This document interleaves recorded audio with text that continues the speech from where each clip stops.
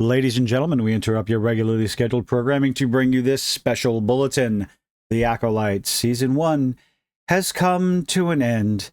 What questions got answered? Which ones didn't get answered? What mysteries are there to solve? What possibility of there is a Season 2? Well, not too many questions got answered. Lots of threads. Threads. You get it? Threads.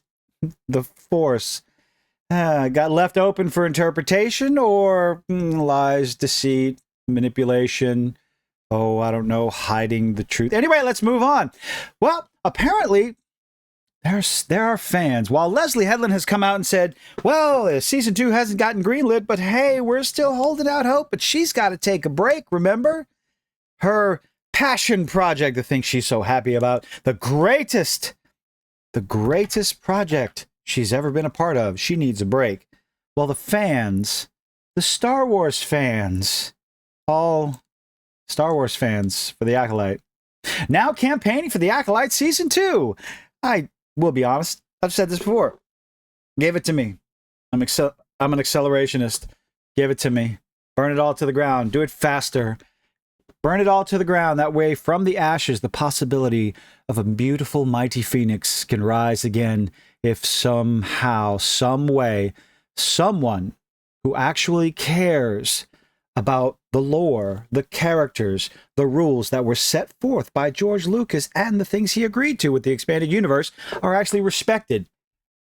Hopefully somebody get their hands on it, please, because Disney ain't doing squat. Anyway, Kate Harold. This article is from the Lad Bible? Gaming Bible. I didn't even look to see who it was. I'm sorry. The fan campaign has begun. The final episode of The Acolyte is almost upon us. It's out. It's trash. It's garbage. Didn't do anything. Nonsense. And yet, it feels as if the story is far from over. Don't worry. It's not even remotely. Keep going. Fair to say The Acolyte is one of the most successful. No, it isn't. It is the okay. One of the most successful Star Wars project to land in quite some time. No, Kate. No. It's an absolute failure. The viewership dropped off episode by episode, and according to numbers, 75% drop off from episode 1 to episode 8. People stopped caring. They stopped watching.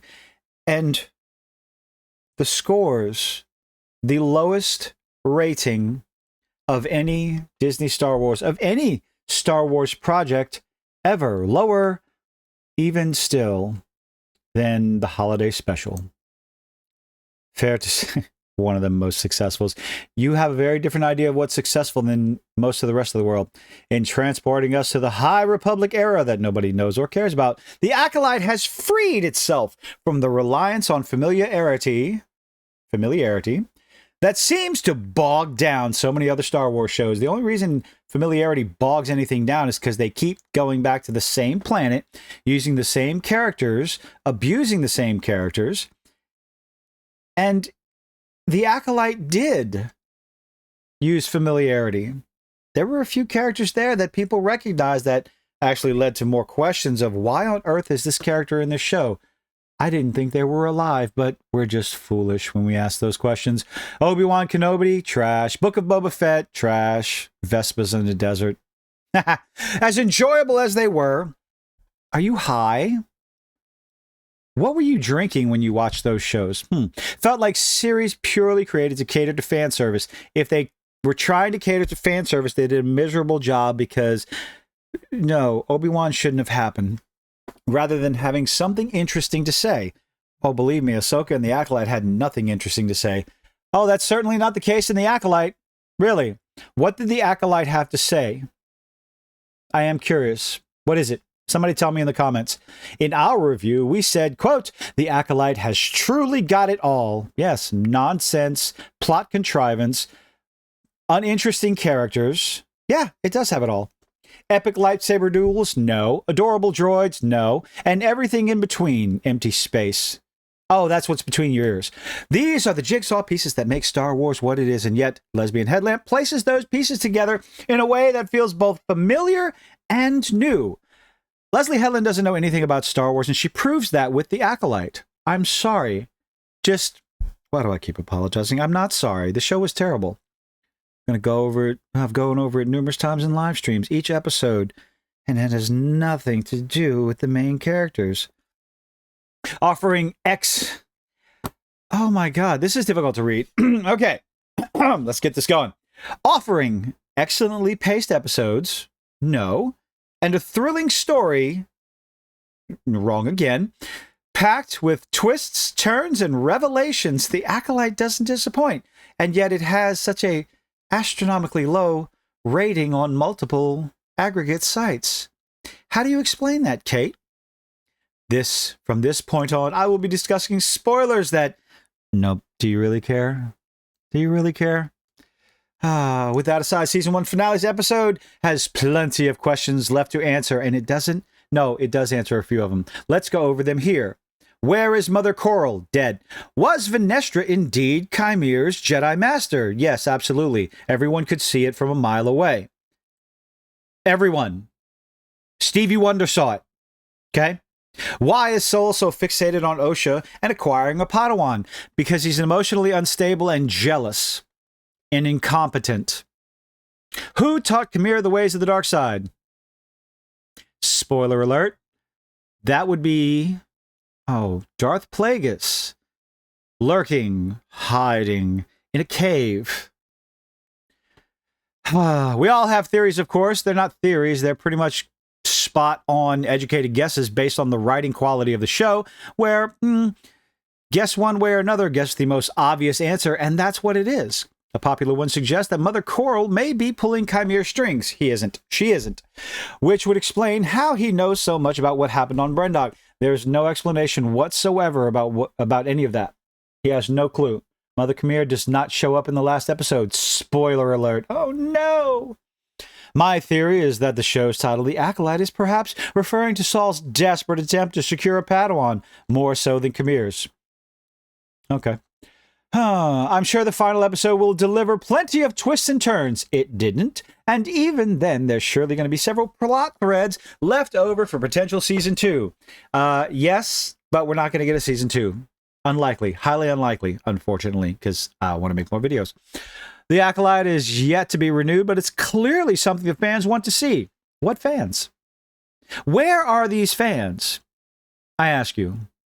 Why aren't they watching the show? Why aren't they pushing the show outside of the, 100 or so Disney shills that are constantly pumping information out on Twitter, pumping the numbers up, review bombing in a positive way, although failing miserably. The hashtag Renew the Acolyte has been trending on Twitter, although I haven't seen it once, or X for quite some time.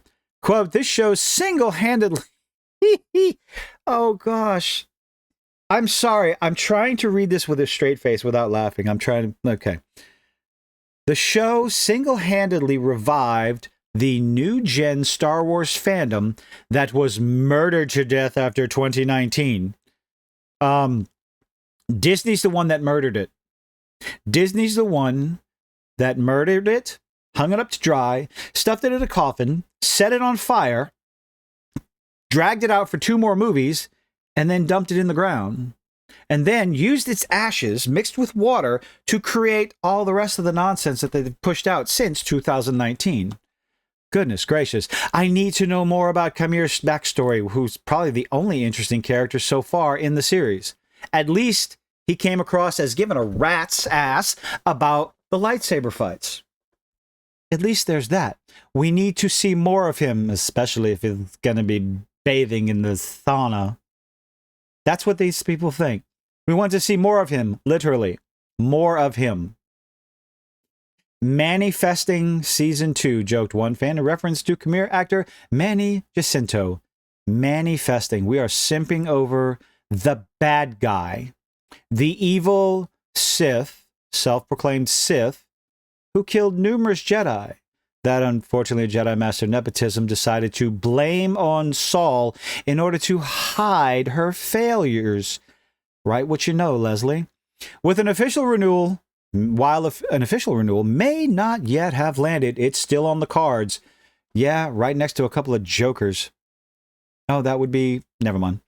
In an interview with Nerdist, showrunner Lesbian Headlamp said, "We definitely aren't going to leave you hanging, even though you did, because there's not really too many answers. Nothing makes sense. The final episode didn't make sense." You do a show like this, you take a lot of risks, $180 million risk for the entire season, and then wondering where all that money went. You don't really save a lot of those types of questions for season 2. Every single one of those questions, just about. But when pushed about the possibility of a second season, Lesbian Headlamp added, I have no idea. Well, not that I have no idea. I would say there are conversations of, yeah, those conversations probably tend to be, no, you cost too much money, we're not doing it. Quote continues, and I don't know when that will happen. Of course she doesn't. She has to take a break. She's overworked. Let's hope it's soon. No, I don't know. In one way, I do hope we get a season 2 because honestly, ultimately, I want to see how bad they could possibly get. Genuinely, I do. Diminishing returns. Law of diminishing returns, it's proven over and over and over again. Every single series that comes out from Disney Star Wars gets fewer and fewer viewers.